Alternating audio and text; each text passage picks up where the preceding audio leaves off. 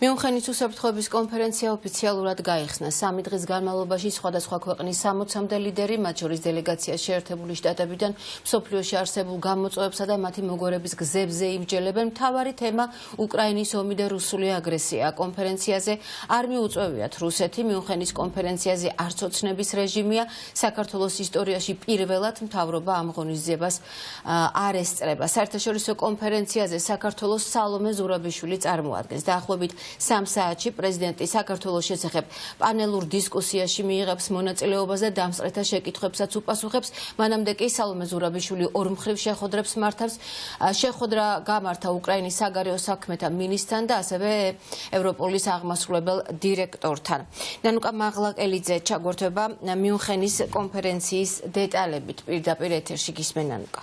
Კეთი დავიწყოთ იმით, რომ საქართველოს მეხუთე პრეზიდენტი სალომე ზურაბიშვილი ვიდრე პანელურ დისკუსიაში მიიღებს მონაწილეობას, ის მართავს ორმხრივ შეხვედრებს, რაზეც თქვენ უკვე ისაუბრე, აქ საუბარი არის ევროპოლის აღმასრულებელ დირექტორზე კეტრინ დე ბოლზე, რომელსაც ის შეხვდა და ასევე გავრცელდა ფოტომასალა, სადაც ჩანს, რომ საქართველოს მეხუთე პრეზიდენტი უკრაინის საგარეო საქმეთა მინისტრს ანდრეი სიბიგასაც შეხვდა. უნდა აღინიშნოს, რომ მიუნხენის უსაფრთხოების კონფერენციაზე უკრაინა საკმაოდ დიდი წარმომადგენლობით არის მისული. პრეზიდენტის გარდა ჩვენ ვნახეთ იქ ანდრეი ერმაკი მისული, როგორც ჩანს საგარეო საქმეთა მინისტრიც ესწრება ამ კონფერენციას. დავიწყოთ უშუალოდ კონფერენციის დეტალებით, რადგან უკვე ოფიციალურად გაიხსნა მიუნხენის უსაფრთხოების საერთაშორისო კონფერენცია. ეს არის რიგით 61-ე კონფერენცია, რომელიც თავიდან პირველი სიტყვა ამ კონფერენციაზე თავმჯდომარემ წარმოთქვა და მან ძალიან ნათლად და მკაფიოდ ახსნა, თუ რატომ არ ესწრება რუსეთის წარმომადგენლობა იმ კონფერენციას, სადაც ფაქტობრივად მთელი მსოფლიო არის წარმოდგენილი და მსოფლიო ლიდერები არიან და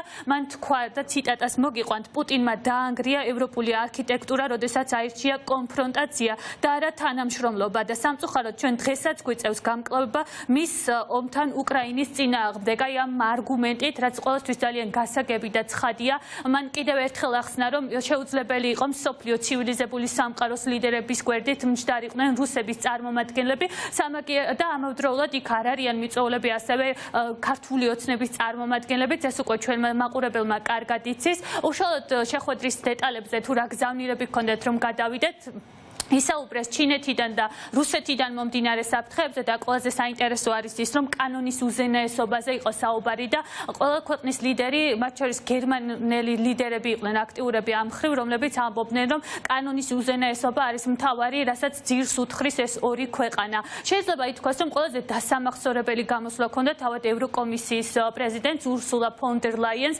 რომელმაც შედარება გააკეთა პუტინსა და ზელენსკის შორის და მან თქვა, რომ ზელენსკი, რომელიც არის ომში მყოფი ქვეყნის პრეზიდენტი, მუდმივად მზად არის მშვიდობისთვის, მაშინ როდესაც პუტინის ერთადერთი მიზანი არის მისი ამბიციები და მან უნდა დაამტკიცოს ახლა, რომ მას შეუძლია გვერდზე გადადოს საკუთარი ამბიციები და მთავარი ფრაზა რაც შეიძლება მინიშნებად მივიღოთ, რომელიც მან მისცა ამერიკის დელეგაციას ახალი ადმინისტრაციის პირობებში, არის ის, რომ უკრაინა, რომელიც იქნება დასუსტებული, დაასუსტებს არა მხოლოდ ევროპას, ეს დასუსტება შეეხება ამერიკის შეერთებულ შტატებსაც და დასუსტდება ამერიკის შეერთებული შტატებით, შესაბამისად განსაკუთრებით მნიშვნელოვანია ახლა რა კონტურები მოიხაზება და როგორი იქნება ომის შემდგომი ეტაპები. პუტინმა დაანგრია ევროპული არქიტექტურა, როდესაც აირჩია კონფრონტაცია და არა თანამშრომლობა და სამწუხაროდ ჩვენ დღესაც გვიწევს გამკლავება მის ომთან უკრაინის წინააღმდეგ.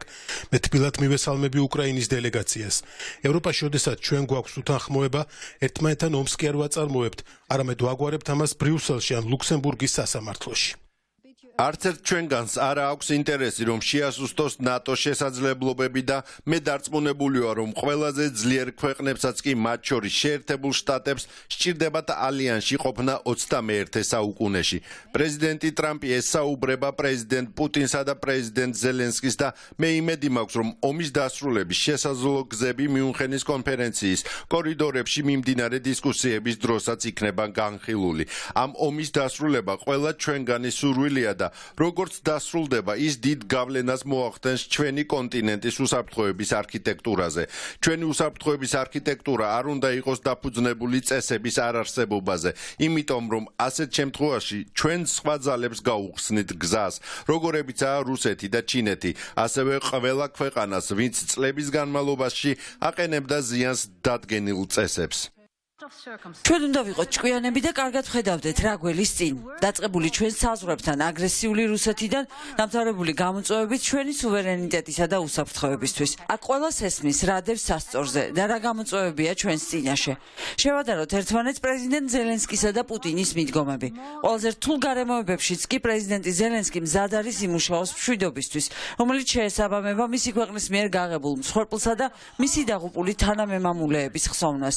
როგორც ვოლოდიმერ ზელენსკიმ თავიდანვე განაცხადა, უკრაინას ყველაზე მეტად სურს მშვიდობა, რომელიც იქნება სამართლიანი, ხანგრძლივი და უკანასკნელი 3 წლის საშინელებები აღარასოდეს განმეორდება.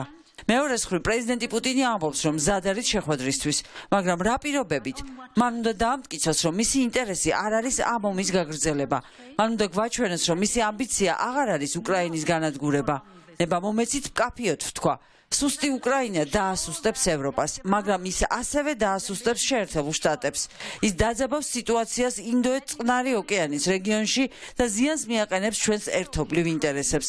რადგან როგორც დავინახეთ, მსოფლიოს ყველა ავტორიტარი ყურადღებით აკვირდება, არსებობს თუ არა დაუსჯელობა. როდესაც მეზობელ ქვეყანაში იჭრები, თუ არსებობს ნამდვილი შემაკავებელი ძალა. სწორედ ამიტომ არის მნიშვნელოვანი, რომ სწორად ვიმოქმედოთ.